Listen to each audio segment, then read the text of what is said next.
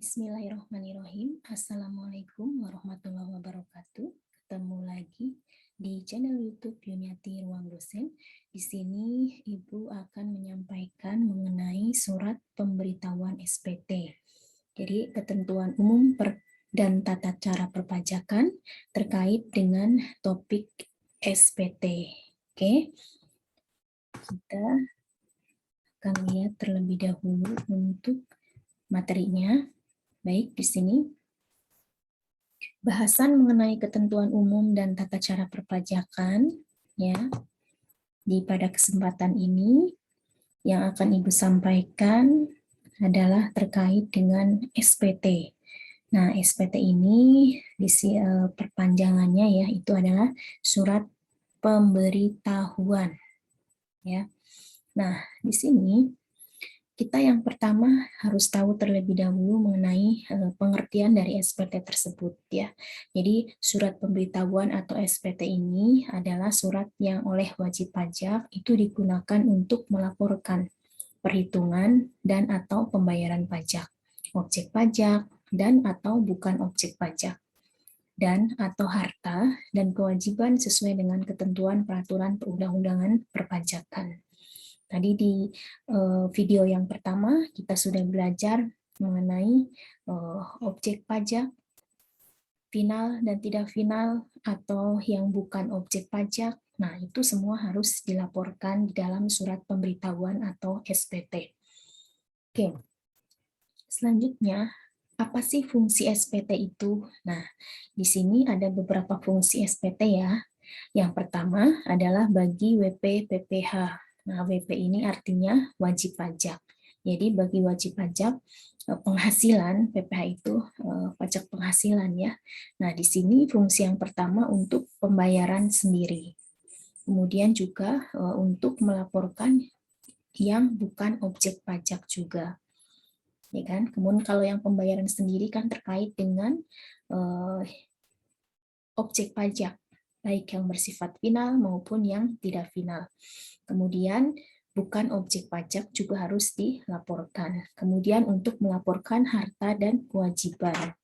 Ya, tentunya harta dan kewajiban yang dimiliki oleh wajib pajak tersebut dalam 1 tahun pajak.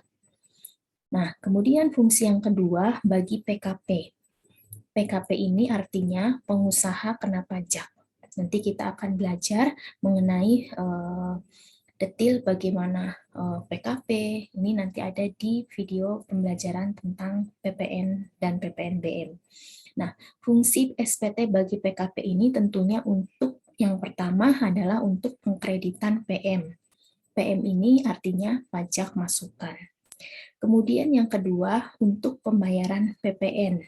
Ya, bila mana nanti hasilnya adalah terjadi kurang bayar, maka wajib melakukan pembayaran PPN. Nah, ini tentunya melalui surat pemberitahuan atau SPT. Nah, di sini kalau untuk PPN sendiri tentunya ada aplikasinya khusus ya untuk pelaporan SPT masa PPN, yaitu aplikasi e-faktur yang kemudian pelaporannya bisa dilakukan di web-based e-faktur untuk saat ini. Nah, selanjutnya fungsi SPT bagi pemotong atau pemungut. Nah, ini untuk apa? Ini untuk mempertanggungjawabkan pajak yang dipotong atau dipungut. Begitu. Nah, jadi ini adalah terkait dengan fungsi SPT. Nah, selanjutnya jenis dan batas penyampaian. Nah, jenis-jenis SPT ini ada 3. Yang pertama adalah SPT tahunan orang pribadi. Kita tahu bahwa wajib pajak itu ada wajib pajak orang pribadi atau perorangan, kemudian ada juga wajib pajak yang sudah berbentuk badan hukum, misalkan CV, PT, komanditer, yayasan. Nah, ini termasuk dalam wajib pajak berstatus badan. Makanya ada SPT tahunan badan. Kemudian yang ketiga, SPT masa. Masa ini artinya bulanan. Jadi SPT yang dilaporkan setiap bulan. Nah, kalau SPT tahunan berarti setahun sekali. Gitu.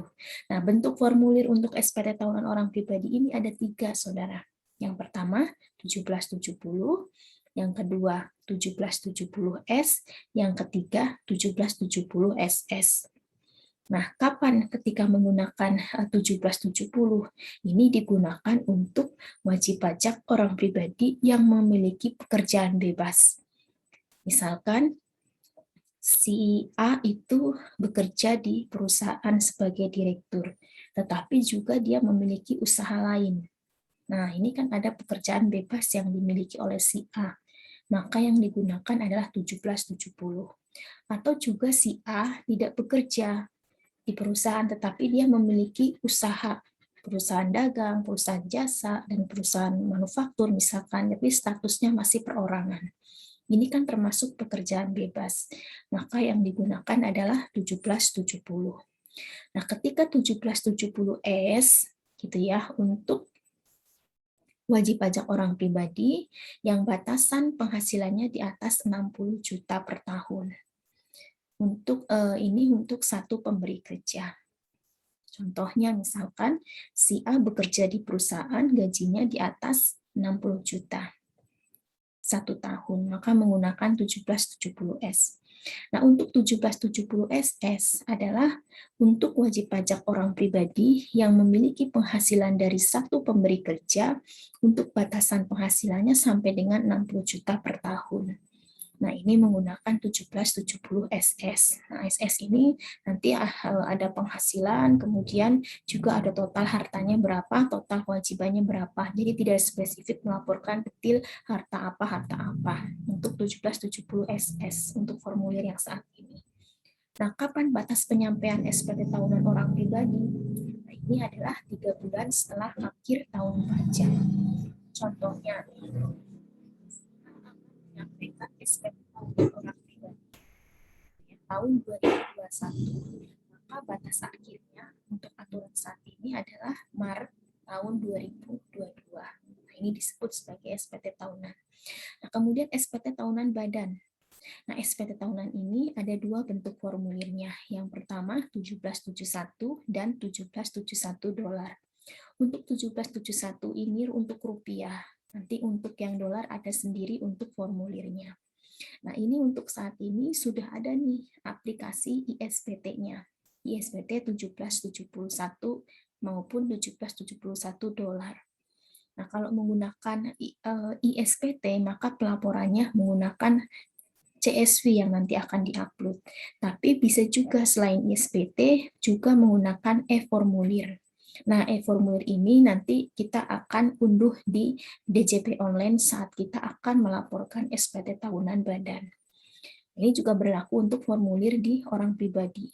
Juga tersedia untuk aplikasi ISPT 1770 dan juga ada e-formulir. Nah, kemudian kapan batas penyampaian SPT tahunan badan? Adalah 4 bulan setelah akhir tahun pajak. Jadi kalau tadi orang pribadi si A lapor tahun 2020 untuk SPT tahunannya paling lambat 31 Maret 2022, maka kalau misalkan PTX akan melaporkan SPT tahunannya paling lambat adalah bulan April tahun 2022. Nah, selanjutnya yang ketiga adalah SPT masa. Nah, SPT masa ini ada beberapa pasal. Salah satunya ada SPT masa PPh 21 atau 26, juga ada pasal 4 ayat 2, pasal 23, gitu ya. Itu termasuk dalam SPT masa. Dan juga SPT masa PPN. Nah, SPT masa PPN ini juga masuk dalam jenis SPT masa. Karena dilaporkannya setiap bulan ketika ada transaksi yang memang dikenakan PPN. Nah, selanjutnya, untuk batas penyampaian dari SPT masa, itu kalau untuk SPT masa pasal 21 ya, itu adalah 20 hari setelah akhir pajak. Contoh, kalau sekarang sedang mengerjakan SPT masa pasal 21 bulan Oktober tahun 2021, maka paling lambat adalah pelaporannya di 20 November tahun 2001. Nah, bagaimana ketika tanggal 20-nya hari libur nasional itu akan maju di tanggal 21-nya gitu. Nah, tapi kalau untuk SPT masa PPN untuk aturan saat ini ya dilaporkannya maksimal akhir bulan berikutnya.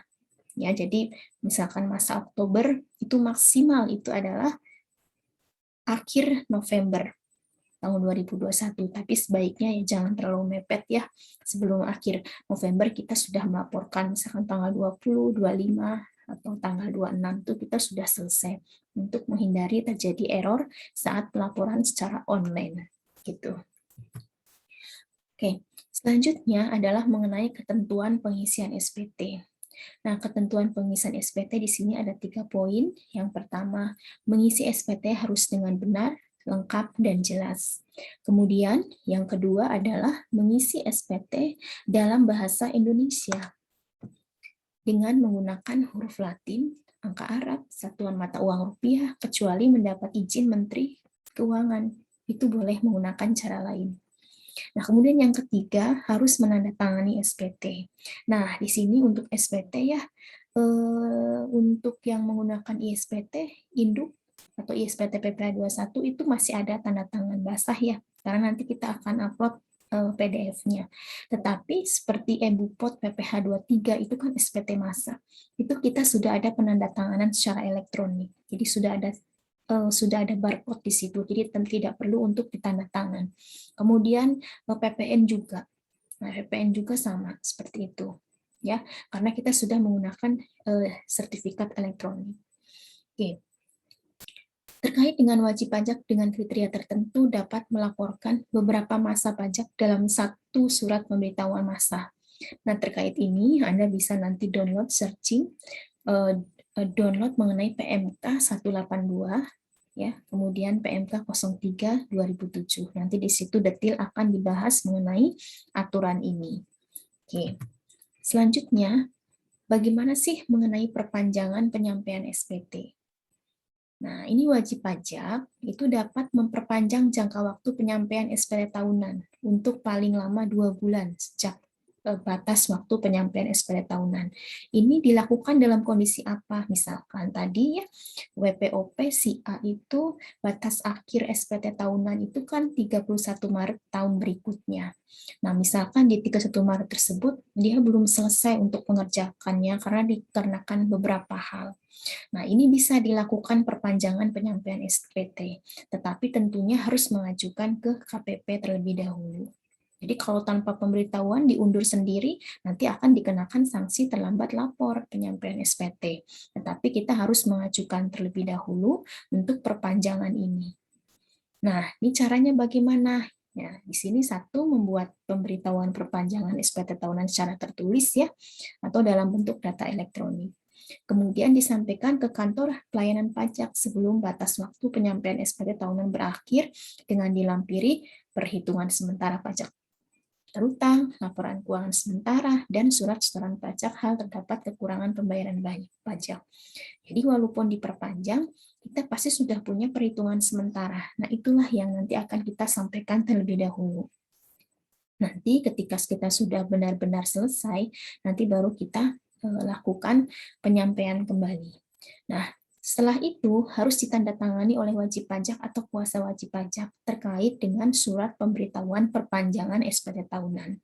Ini berlaku bagi orang pribadi maupun badan. Jadi tidak otomatis kita mundur sendiri, tidak, tetapi harus ada pengajuannya. Kalau kita tiba-tiba tidak ada pemberitahuan, kemudian kita, saya mau mundur aja 2 bulan, nah ini nanti malah kita akan dikenakan sanksi terlambat lapor. Gitu ya, jadi harus ada pemberitahuan terlebih dahulu. Selanjutnya, WP yang dikecualikan dari kewajiban penyampaian SPT PPH ada nggak sih ya? Nah, di sini ada 3 item. Yang pertama, OP penghasilan neto tidak melebihi PTKP. Kita tahu bahwa PTKP saat ini adalah 54 juta per tahun, berarti per bulannya adalah 4,5 juta ya. Nah, jadi kalau di bawah PTKP tidak ada pembayaran pajak, ya bisa jadi nihil, gitu kan ya. Nah ini SPT masa PPH 25 tidak perlu, tapi tetap harus memiliki kewajiban untuk melaporkan SPT tahunan. Kemudian yang kedua, OP tidak menjalankan kegiatan usaha atau pekerjaan bebas. Nah ini SPT masa PPH 25 itu kan masa angsuran masanya ya, itu tidak perlu. Tetapi untuk SPT tahunannya itu perlu.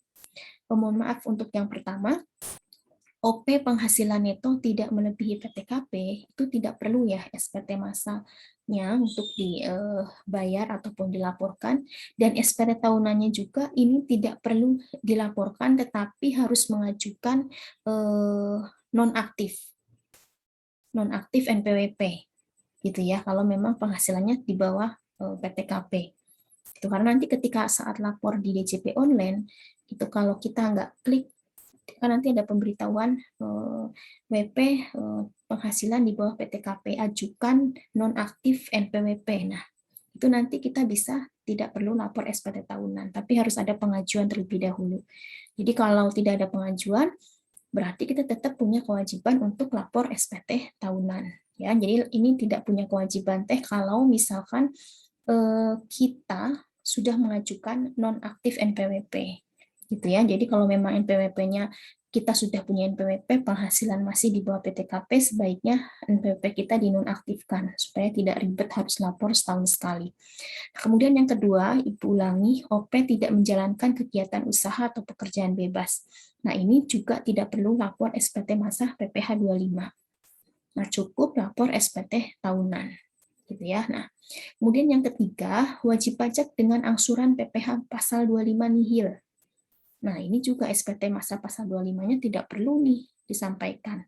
Tetapi SPT tahunannya tetap harus dilaporkan. Gitu ya. Oke. Selanjutnya, bagaimana terkait dengan pembetulan SPT atau pembetulan surat pemberitahuan? Nah, di sini yang pertama, bukan pembetulan SPT menyatakan rugi atau lebih bayar. Nah, syarat pembetulan SPT ini, DJP itu Direktorat Jenderal Pajak ya, belum melakukan tindakan 1. Verifikasi dalam rangka penerbitan SKP. SKP ini surat ketetapan pajak. Kemudian yang kedua, pemeriksaan. Kemudian yang ketiga, pemeriksaan bukti permulaan. Jadi boleh nih mengajukan pembetulan SPT yang yang bisa menyatakan rugi atau lebih bayar. Nah, tetapi ada syarat pembetulannya yang tadi sudah disampaikan. Nah, yang kedua, pembetulan SPT menyatakan rugi atau lebih bayar. Jadi kita melakukan pembetulan SPT yang menyatakan rugi atau lebih bayar, itu ada syaratnya. Yang pertama, DJP ini ya, Direktorat Jenderal Pajak, belum melakukan tindakan yang pertama, verifikasi dalam rangka menerbitkan SKP, surat ketetapan pajak. Kemudian yang kedua, belum melakukan tindakan pemeriksaan atau pemeriksaan bukti permulaan. Nah, di sini pembetulan SPT harus disampaikan paling lama 2 tahun sebelum daluarsa penetapan. Gitu ya. Nah, di sini untuk pembetulan SPT. Selanjutnya, pengungkapan ketidakbenaran. Nah, apabila telah dilakukan tindakan pemeriksaan oleh siapa ya, oleh DJP, Direktorat Jenderal Pajak, tetapi belum dilakukan tindakan penyidikan mengenai adanya ketidakbenaran wajib pajak yang tidak menyampaikan SPT atau menyampaikan SPT yang isinya tidak benar dan atau tidak lengkap, maka tidak akan dilakukan penyidikan. Apabila wajib pajak dengan kemauan sendiri mengungkapkan ketidakbenaran perbuatan tersebut dengan disertai pelunasan kekurangan pembayaran jumlah pajak yang sebenarnya terutang. Nah, ini terkait dengan pengungkapan ketidakbenaran. Nah, ini nih, ada sanksi keterlambatan penyampaian SPT. Jadi tadi di depan sudah disampaikan batas penyampaiannya kapan. Nah, jika terlambat dalam penyampaian SPT, untuk SPT PPh WPOP, SPT PPh wajib pajak orang pribadi, itu dendanya adalah Rp100.000 jika terlambat lapor. Tadi kan maksimal kalau SPT orang pribadi kan 31 Maret tahun berikutnya. Nah, jadi kalau lewat itu, maka akan dikenakan denda keterlambatan sebesar Rp100.000.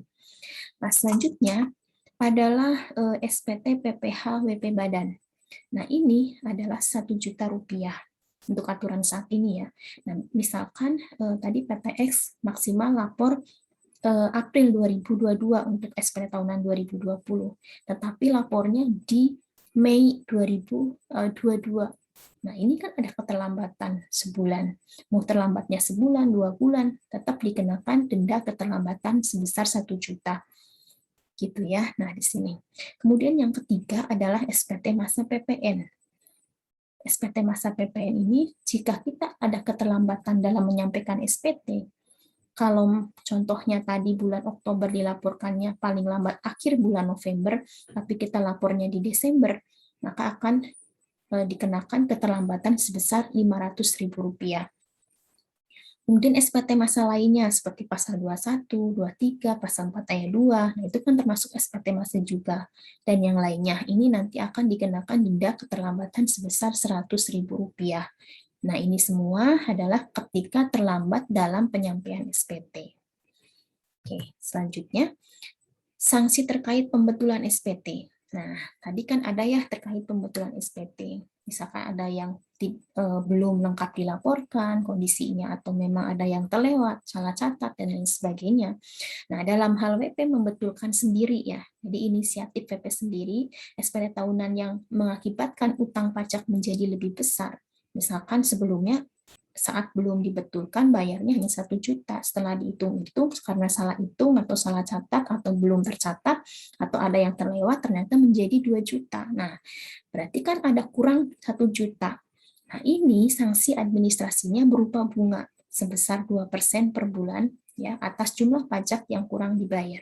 Berarti 2% tinggal dikalikan dengan 1 juta. Nah, dihitung sejak saat penyampaian SPT berakhir sampai dengan tanggal pembayaran, dan bagian dari bulan dihitung penuh 1 bulan. Ya, jadi itu per bulan. Ya, 2% ini dari nilai pembetulannya berapa. Jadi bukan dari total PPh terutang. Oke. Sanksi terkait pengungkapan ketidakbenaran. Dalam hal wajib pajak dengan kemauan sendiri mengungkapkan ketidakbenaran perbuatannya tersebut, kepadanya dikenai sanksi administrasi berupa denda sebesar 150% dari jumlah pajak yang kurang bayar. Oke, mungkin itu saja yang dapat Ibu sampaikan terkait dengan ketentuan umum dan tata cara perpajakan terkait dengan topik surat pemberitahuan. Oke, kita ketemu di video pembelajaran selanjutnya di topik ketentuan umum dan tata cara perpajakan dengan topik yang lainnya. Mohon maaf apabila ada yang tidak berkenan. Semoga ada kebermanfaatan ilmu yang kita dapatkan. Salam sehat selalu. Wassalamualaikum warahmatullahi wabarakatuh.